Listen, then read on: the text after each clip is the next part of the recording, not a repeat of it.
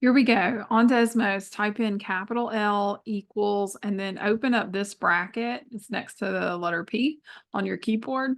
And so when you do that, then you're going to start typing in the numbers from your data. So 59, comma, 52, and so on. It already knows you're doing a list. You see that it's got L equals 2-element list because I have the first two numbers in there.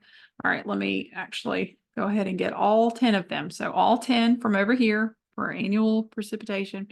All right, they're all in there. It says there's a 10-element list. You want to double check, make sure, count how many pieces of data you have. I have 10, so that makes sense.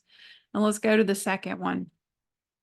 And you're going to click on this keyboard down here and functions and go down to stats.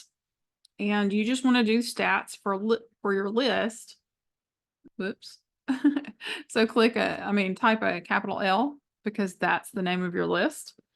And look at that. Isn't it awesome? So it gives you the min and max. It gives you the first and third quartiles and the median. And so the only thing that you kind of have left to do for interquartile range is just to subtract your Q3 from your Q or minus your Q1, excuse me. So it is Q3 minus Q1 is your interquartile range.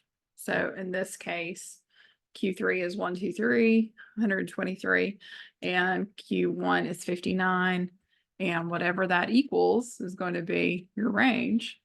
And so you can even use Desmos to do that, right? And it gives you 64. So the interquartile range here is 64. That's it. Isn't that cool? I love it. All right. I hope that helps. If you need to do this by hand, there should be a video somewhere right in here where I'm showing you the real way to do it without, I shouldn't say the real way, but without the technology. All right. See you next time.